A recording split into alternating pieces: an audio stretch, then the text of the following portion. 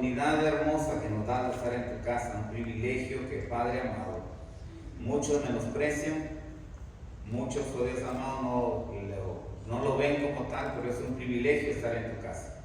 Más aún el poder abrir tu palabra, meditar en ella, aprender, saber lo que tú nos quieres decir. Y Padre amado, con el tiempo ir acomodando nuestra voluntad, rindiéndola a la tuya, y Señor, que tus propósitos, que en cada momento sean más claros, sean hechos y llevados adelante, sean prosperados conforme tú lo has planeado. Te lo agradecemos todo en el nombre de Cristo Jesús. Amén. Amén. En los últimos días que he tenido la oportunidad de estar predicando, he estado hablando acerca de la iglesia. ¿Se acuerdan? Cuando hemos estado estudiando lo que Cristo dijo acerca de su iglesia. Dice, mi iglesia yo la edificaré bajo las puertas del Hades y todo eso que hemos visto. Muy bien, seguimos hablando acerca de la iglesia. Hoy lo vamos a ver de otra forma, o más bien lo vamos a ver bajo otra manera, bajo otros puntos de vista. ¿Cuántos han estudiado Apocalipsis? Así, un vuelo pájaro. ¿A cuántos les gusta estudiar Apocalipsis? A ver, o sea, levanten así, sinceramente, levanten a uno, dos, tres, cuatro. O sea, no a todos, por lo que veo, ¿vale? ¿A cuántos no les gusta estudiar Apocalipsis? O sea, sinceramente, aquí estamos en la familia, ¿verdad? Sinceramente, ¿a cuántos dicen, hermano, mejor vamos a los años? Mejor hablemos que de los proverbios, la sabiduría y la inteligencia, o de la mujer virtuosa de proverbios. ¿A cuánto les da miedo? Otra pregunta, ¿a cuánto les da miedo? O sea, una cosa que como, tal vez no miedo, sino que no, mejor otro tema. A mí me daba miedo cuando no la leía antes, cuando era más pequeña. Ahora ya, como ya lo comprendo. Ok. Muy bien, antes le daba, o sea, algunas razones tenía para, ay hermano, mejor no. Bueno, entonces vamos a empezar esta misma noche a estudiar el libro de Apocalipsis. Tal vez no alcanzaremos a leer o a estudiar versículo tras versículo para decir, no, y sí, somos unos escatólogos, ¿verdad? El escatólogo es aquel que estudia la profecía. El escatólogo es el que estudia, se prepara, se especializa en el tema de la profecía, o sea, los eventos que están en el futuro. Y el Apocalipsis de alguna manera está enfocado, es uno de sus puntos más fuertes, la profecía. Pero no es solamente la profecía, hay promesas, hay bendiciones, hay advertencias, aparte de las profecías y aparte de todo lo que está por venir. Hay muchas cosas de mucha importancia. El Apocalipsis, como el resto de los libros de la Biblia, es inspirado por Dios. Cuando Pablo dice ahí en Timoteo 3:16, dice, toda la escritura es inspirada por Dios, está incluido Apocalipsis, útil para instruir, para redarguir, para enseñar, para corregir, para esto y lo otro, para todo lo que es útil la palabra de Dios. Entonces, basado en eso, vamos a empezar como tenemos que empezar a estudiar el libro. Yo no sé si usted allá en la escuela se recuerda tal vez en idioma español o en historia, en uno de esos cursos, les pedían un libro, y el día que empezaban las clases, o el día que le daba inicio a ese curso, le decía, bueno, ahora saquen sus libros. Ahí está, sacando. A lo mejor usted le había dado una ojeada antes porque estaba emocionado con el libro. A lo mejor en el otro grado no había llevado un libro de lectura o de estudio como tal. Entonces, pues no le da importancia. Pero el día que usted lee un libro de geografía, de historia, de física, de lo que sea, usted lo ojeó, curioseó, a ver qué voy a ver este año, a ver qué me va a tocar aprender, a ver qué y lo ojeó. Y una de esas, unas características muy especiales a la hora de dar inicio en la escuela, ya frente al profesor, le decía, bueno, ahora vamos a empezar donde tenemos que empezar. Y usted a lo mejor quería ser como mi hermano Jaime cuando fue a la clase de música. El hermano Jaime quería tocar la guitarra. Y no, resulta que los primeros días era, bueno, aplaudan y síganme con ritmo. Y bueno, vamos aplaudiendo. Y ahora sí vamos moviendo el pie. Y bueno, y ahora otro ritmo. Y después de repente llegó con unos palitos el maestro. Y no, yo ya estaba viendo la guitarra y yo ya quería la guitarra. Me desesperé y me quedé solamente con las palmas y el ritmo del pie. Y nunca más aprendí otra cosa. ¿Por qué? Porque iba desesperado porque yo iba a tener la guitarra en la mano. Y resulta que en el estudio de Génesis, de Apocalipsis, queremos ser igual. No, bueno, hermano, vamos directo a ver de qué se tratan los sellos, o a ver de qué son las trompetas, o a ver esas copas de la isla. No, vamos a ir despacio. Y vamos a ir como el maestro lo llevaba ahí en ese libro que le mencioné. Vamos a ir por pasos y para ir a eso tenemos que empezar con el autor del libro. ¿Quién lo escribió? ¿Quién es? ¿De qué se trata? Tenemos que conocer su personalidad. ¿Por qué fue él y no otro de los apóstoles? Amén. O sea, toda esa clase de información nos va a ir ayudando. Hoy vamos a empezar, como empezó el maestro, que vamos agarrando el ritmo. Ya, ojalá que al final de este curso ya podamos por lo menos tomar la guitarra, las primeras notas de la guitarra. El autor, ¿qué sabe usted del autor? A ver, alguien acá, este va a ser un tiempo de estudio, desde que usted participa, usted sugiere o si quiere, pues comparte la pregunta, la duda. ¿Qué puede decir del autor?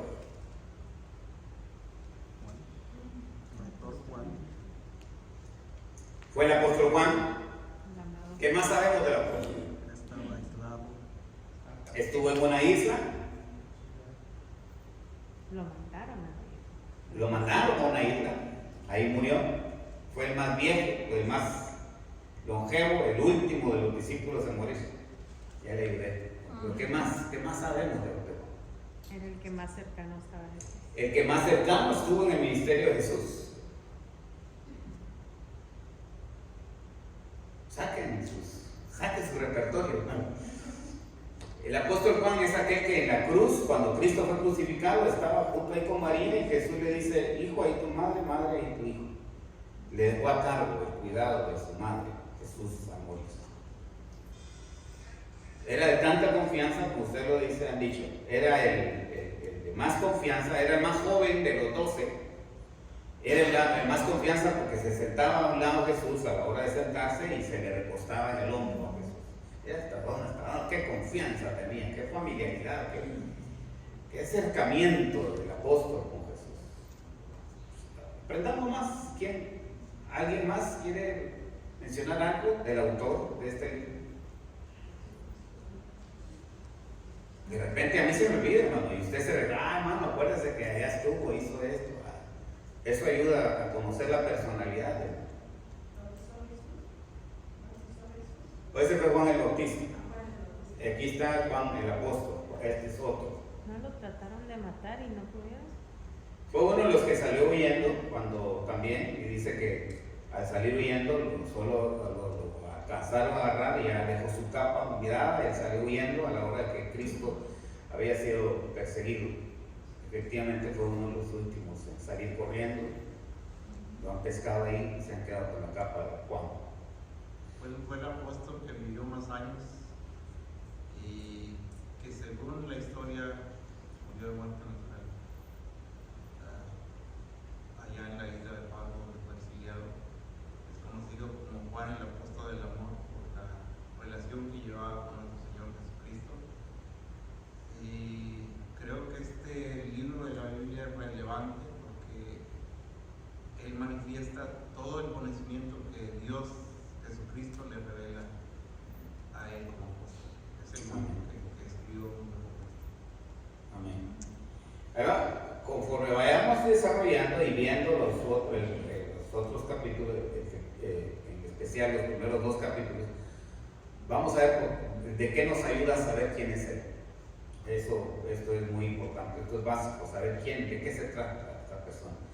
Le ha llamado, ya para terminar, Juan el teólogo, porque escribe el Evangelio de Juan con una manera, en verdad, bastante teológica. Escribe y empieza su Evangelio hablando específicamente del verbo. En el principio era el verbo y el verbo era con Dios y el verbo era Dios. Esos términos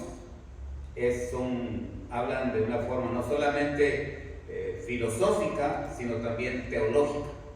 Si usted toma ese versículo, el primer versículo de Juan, y lo compara con Mateo, por ejemplo, y ahí en Mateo usted encuentra, dice, genealogía de Jesús, hijo de José, y y se va y todo. Mateo está hablando de su humanidad, de su identidad con el hombre. Está hablando de su origen humano, pero Juan, al escribir en el principio era el verbo, era una cuestión filosófica. Hay una razón que lo quiero dar y ya con esto seguir a lo otros. Juan escribe en griego y los griegos eran más dados a la filosofía. Los filósofos más famosos, más fuertes en esa rama eran los griegos, era ahí en Grecia.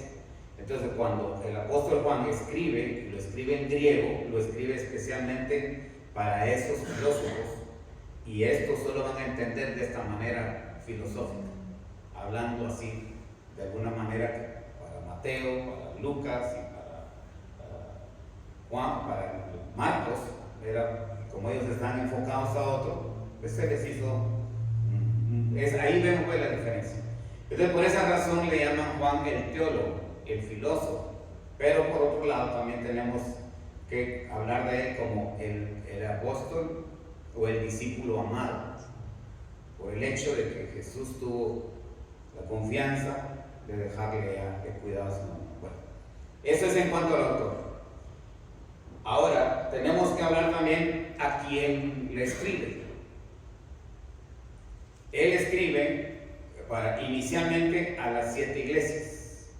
O sea, toma lápiz y papel y empieza a escribir literalmente, ahí lo vamos a ver más adelante, porque él le dice, escribe todo lo que has visto y lo que has escuchado, y escríbelo y envíalo. O sea, y ahí le aclaran y le dicen de una vez, escríbelo a las 7 iglesias. O sea, los que van a recibir esta carta son 7 iglesias, que también en su momento vamos a ir estudiando una por una, solo que ahora sí a generalizarlo. ¿A quiénes iba dirigida? A las 7 iglesias. Pero no podemos concluir o dar por aceptado que esta carta era solamente para esas 7. Más adelante, en el capítulo 22, nos dice que al final todo el contenido de este libro es para la iglesia de Cristo. O sea, ya no solamente dice para las 7 iglesias de Asia, sino para toda la iglesia en general. Entonces, eso da lugar a que nosotros tomemos nuestra parte, a que nosotros tomemos lo que nos corresponde, diciendo que esta carta también es para nosotros. Amén. Amén. Entonces esa es la parte de los lectores. Ahora, el título. Ya vamos viendo el autor, ya vamos a ver a quiénes es remitida. Ahora, el título de este libro, Apocalipsis. ¿Por qué no se le llamó, qué decirle, un mensaje simplemente? Un mensaje a las iglesias, que realmente lo es, un mensaje a las iglesias. O un libro de advertencias, que también lo es. ¿Por qué precisamente Apocalipsis? ¿Sabe usted el significado de esta palabra, Apocalipsis? Revelación. Revelación. ¿Qué es una revelación? Cosas por venir, cosas por ver, cosas por venir. Cosas por ver. Si usted va ahí a su Biblia, usted encuentra ahí y que el título dice el Apocalipsis de San Juan. Que lo hemos aceptado, ¿verdad? Lo hemos aceptado en el punto, en la manera de decir, bueno, este libro lo escribió el apóstol Juan. Está bien, pero en realidad tendría que ser el Apocalipsis de Jesucristo. Bueno, así empieza precisamente este libro. Mire usted el versículo 1. La revelación, que significa Apocalipsis, el Apocalipsis de Jesucristo. Bueno. Entonces no es como otros lo han dicho, porque algunos incluso le agregan el Apocalipsis de San Juan el Divino. Y bueno, ahí nos están confundiendo y bueno, nos llevan por otro lado. No sé en realidad cuál es el propósito de ponerle este título en otras Biblias, en otras versiones, pero sepamos entonces distinguir el título de este libro. Es Revelación de Jesucristo, porque ahí mismo lo establece. Ahora, yo tengo algunos apuntes aquí de lo que es el significado de este título. Es revelación, descubrimiento, la acción de descorrer un velo para manifestar algo que ha estado oculto o encubierto. Eso significa realmente el Apocalipsis. Cuando se corre un telón, usted ve allá. Usted tal vez de repente ha escuchado, ¿verdad? Cuando hemos estado en algún lugar donde se va a presentar un drama o una obra de teatro, está el telón, y usted de repente escucha ahí que el movimiento ahí de cosas, ¿verdad?, que están moviendo, están haciendo el escenario, y de repente suena algo y dice, ahí va a haber, va a haber un tambor, por lo que se le cae, ahí va a haber esto, ahí va a haber. Usted solamente está usando su imaginación. O de repente hay una luz del otro lado del telón y usted ve una silueta. Dice, ahí va a haber, ahí va a haber una persona X, o ahí va a haber un perro, o ahí va a haber una pelota, ahí va a haber algo, porque usted ve la figura ahí, pero solamente son imaginaciones. ¿Le ha pasado? ¿Sí o no? ¿Verdad que sí? Bueno, cuando se corre el telón, usted dice, no era. Al final no era nada de lo que usted pensó. Esa pelota que usted pensó resultó ser parte de otra pieza y era totalmente otra imagen.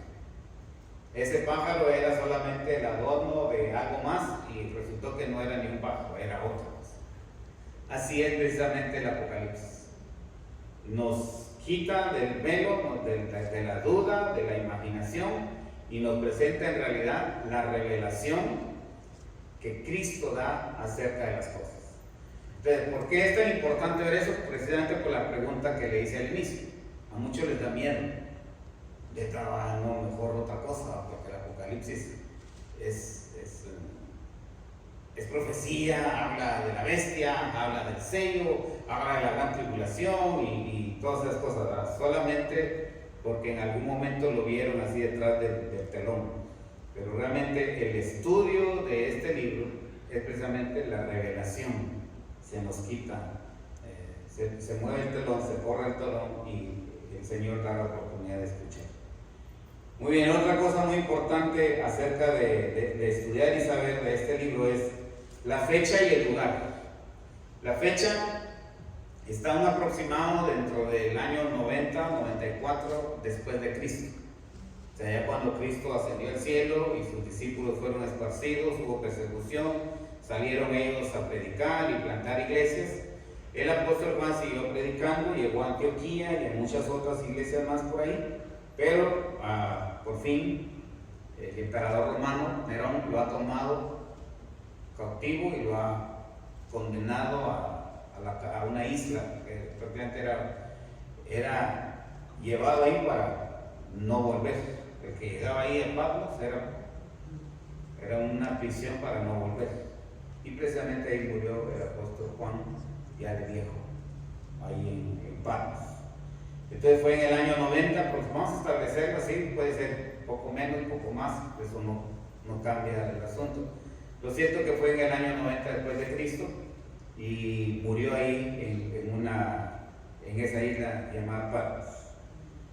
Muy bien. Cabe mencionar también acá el propósito del libro, porque no fue escrito solamente al azar, no fue una cuestión de imaginación, no fue una cosa así de vamos a ver qué pasa, sino que todos los libros, hermano, todo, para que toda la escritura sea inspirada, útil para todo, entonces tiene que tener un propósito.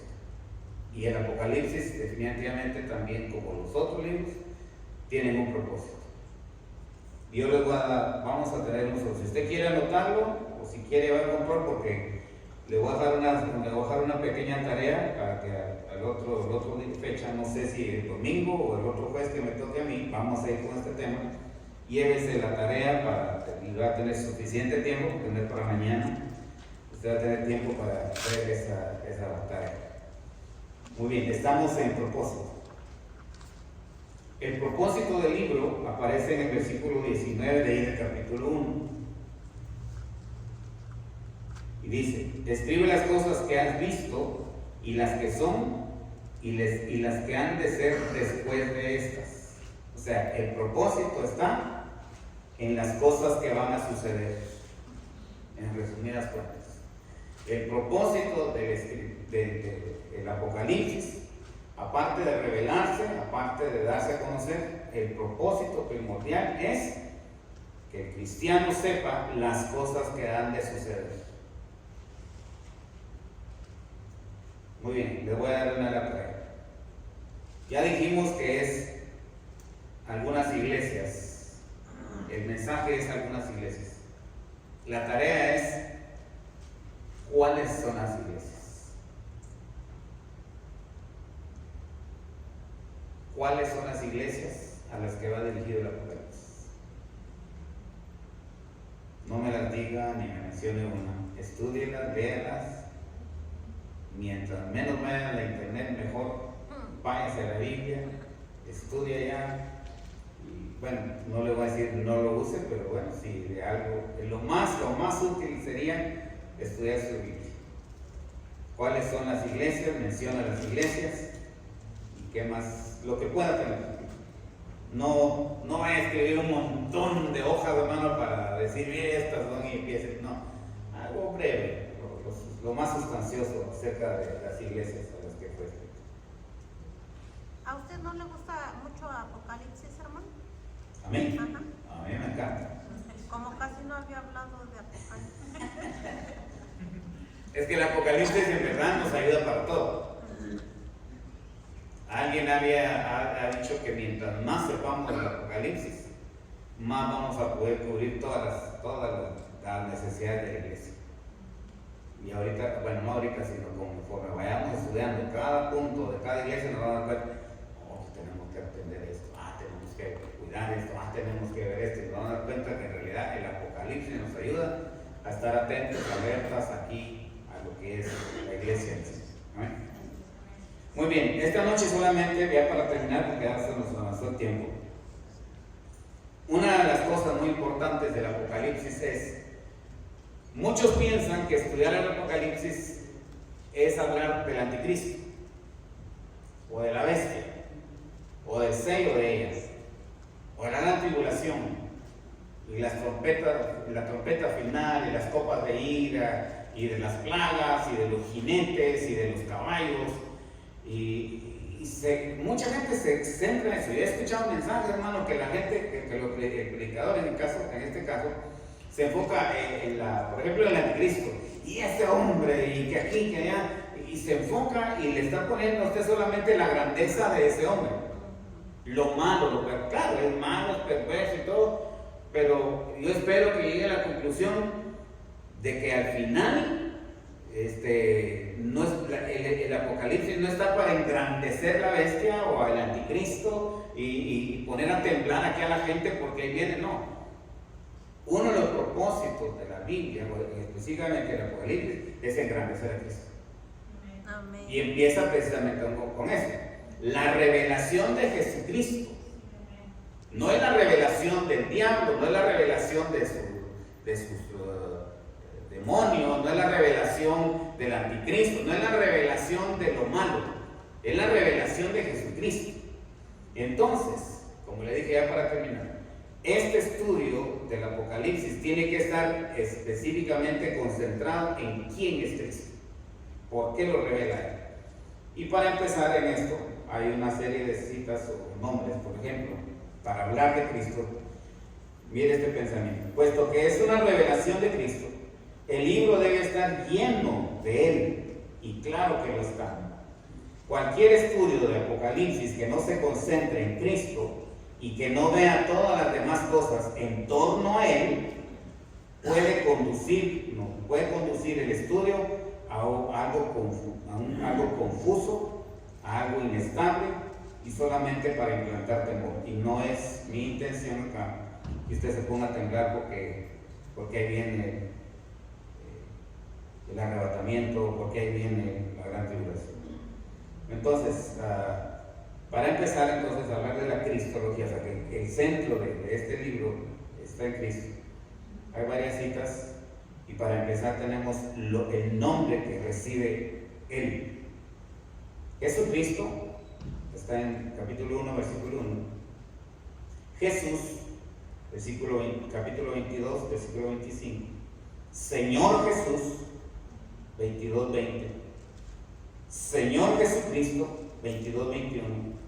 Cristo, como tal, capítulo 20, versículos 4 y 6. Si no los toman, no tengan pena, yo se los doy después. Seguramente aquí se los estoy dando rápido los nombres. El Cristo de Dios, 11, 15 y 12, 10.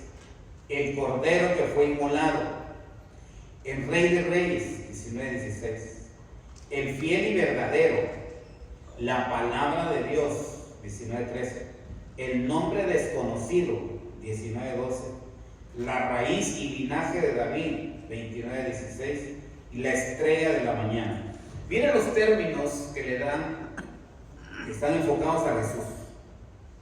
No solamente le llaman como Cristo, como Jesús, como Señor, no.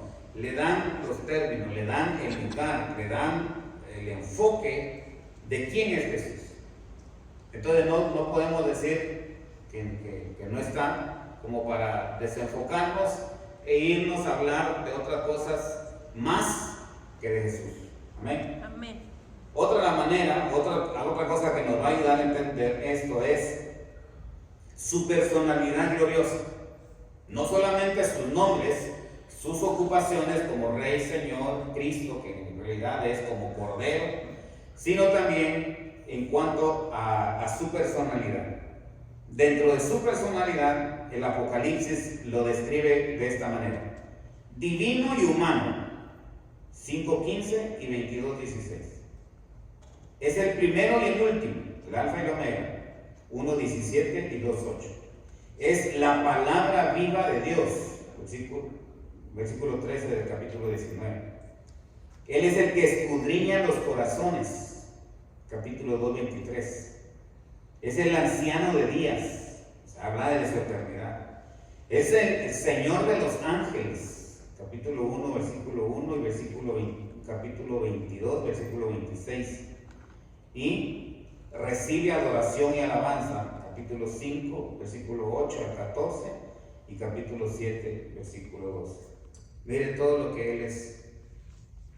Él recibe adoración, es divino y humano, nos entiende como hombres.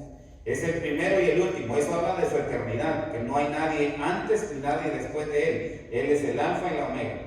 Él es la palabra viva de Dios. Él es el que dijo y fue hecho. Él es el que ha hablado y todo ha sido dado. Él es el principio, que Juan declara: el principio era el verbo y el verbo era con Dios. Él es el que escudriña los corazones. Ahí en el capítulo 2 en adelante, Él repetidamente le habla a la iglesia y le dice: yo conozco tus obras. Eso solo lo hace la persona gloriosa de Cristo. Amén. Él es el anciano de días, es su eterno, no envejece, no cambia. Él no se queda sin fuerza, Él es el eterno. Y por último, en cuanto a lo que Cristo ocupa, o es el centro de este libro, sus múltiples obras, la obra que Él ejecuta, que el Apocalipsis lo declara. Él es el fiel en su testimonio de Dios y su palabra, porque todo lo que ha dicho se va a cumplir. Él lo declara en los evangelios que ninguna jota, ninguna tilde de su palabra pasará. Antes se acaba el cielo y la tierra, pero su palabra va a permanecer. Él es fiel testimonio de la palabra de Dios. Otra de sus múltiples obras es el conquistador de Satanás. En el Apocalipsis lo vemos triunfar sobre todo lo malo, sobre toda la maldad, ante todo lo que el hombre tiembla de la tribulación y todo eso. Jesucristo es coronado, Jesucristo es presentado sobre todas esas cosas temerosas, pues sobre todas esas cosas que nos llenan de pánico y que van a hacer temblar toda esta tierra. Jesucristo es el conquistador de todas esas cosas. Jesucristo es el crucificado que Juan vio y reconoció y se postró ante él para adorarle. Dice, cuando vi que él era, dice, caí como muerto. Él es el crucificado, él es el resucitado, porque dice, es el que fue, el que es y el que ha de venir. Es el Rey exaltado. Dice que allá los ángeles, más bien los ancianos, los 24 ancianos que con sus coronas han sido premiados por haber llegado, por haber triunfado, por haber sido fieles, esos 24 ancianos se quitan la corona y se lo rinden ante él, reconociendo su grandeza y su poder. Esa es la obra maravillosa de nuestro Señor Jesucristo. Es un Rey exaltado. Y por último, ya en final del capítulo, Él es el que viene. Y dice la iglesia y el Espíritu dicen, ven Señor, ven. Amén. Esa es la obra gloriosa. O sea que, si lo contemplamos, hermano, como han dicho algunos de los teólogos, el Apocalipsis es el génesis del final de la iglesia, de la Biblia. El Génesis empieza en el principio del verbo, en el principio creó los cielos y la tierra, y esto, ahí vemos. Y Dios creó el cielo, y Dios creó la tierra, y todo esto, y todo. En el Apocalipsis vemos, y el cielo y la tierra pasaron, y vi una ciudad nueva, un cielo nuevo y una tierra nueva. Amén. Ese es el siguiente Génesis. Aquí empieza la vida, en Génesis capítulo 1 en adelante, empieza la vida, la existencia, la historia, y termina en Apocalipsis para dar ahora una historia sin fin. Allá en Génesis, lamentablemente, entró el pecado echó a perder todo, el pecado hizo división entre el hombre y Dios. En Apocalipsis se abre un cielo nuevo, una tierra nueva, una ciudad nueva, gente transformada, gente entrando al cielo para no volver a morir. Gloria a Dios por eso. Amén. Ese es el Génesis de la eternidad que nos espera. El Génesis es acá. El Génesis es el principio de las cosas. El Apocalipsis es el final de las cosas para dar al final el propósito real de la existencia humana. Amén. Eso es entonces, hermano, el estudio que tenemos que tener presente, el estudio del Apocalipsis. Entonces lo cerramos viendo la cristología, o sea, Cristo en el centro de esta historia, pero no es solamente. Ahí el próximo estudio veremos una manera de seguir, que también el Padre está incluido, así como está el Hijo, el Padre está incluido y también su Espíritu Santo. En conclusión, la Trinidad está incluida, hermano, en el estudio del Apocalipsis, en su revelación. Entonces no hay duda, no hay temor, no hay engaño, no hay nada que usted diga, no, pues al final va a pasar algo que no sabemos. Claro que sí, todo lo podemos saber. Esa es la razón, hermano, por la que la iglesia fiel y verdadera, el cristiano fiel, que conoce y sabe la Biblia y en especial el Apocalipsis, no se debe de sentir atemorizado y lleno de pánico y que ahora qué va a pasar, porque en realidad lo que estamos viendo es el cumplimiento precisamente de la Apocalipsis. Amén. Padre, gracias te damos en esta noche por la bendición que nos das de tener tu palabra a nuestro acceso, a nuestra disposición, a nuestro alcance. En nuestras manos has puesto, Señor, toda esta revelación preciosa de tu Hijo, de ti, del Espíritu Santo, de la iglesia, lo que le espera a la iglesia, lo que le ha sido prometido a la iglesia, el cuidado que tú has tenido para ella, Señor, para presentarla en su momento como una iglesia gloriosa. Esos propósitos son eternos, son definidos, son claros, son sustentados por tu gracia. Y Padre Celestial, queremos ser parte de esa iglesia. Ayúdanos a amar, a estudiar, a entender como esta palabra lo dice. El que tiene oídos, oiga lo que el Espíritu dice de las iglesias. Abre nuestros oídos, que estén limpios, que estén atentos, que estén dispuestos a entender, a escuchar lo que tú quieres decirnos. Bendice el inicio de este estudio y llévanos tú, Señor, por la senda correcta para entender. No queremos torcer, no queremos, oh Dios amado, mentir, engañar, ir por otro lado, que es mi imaginación, mi emoción. Queremos ir bajo la luz de tu palabra, la guianza de tu espíritu, por la senda recta, la verdad, y saber, Padre amado, a ciencia cierta lo que el Espíritu dice a las iglesias. Bendice hoy tu iglesia que sale de este lugar, agradecido por el privilegio que nos da de estar en tu casa. A ti la honra y la gloria, en el nombre de Cristo Jesús.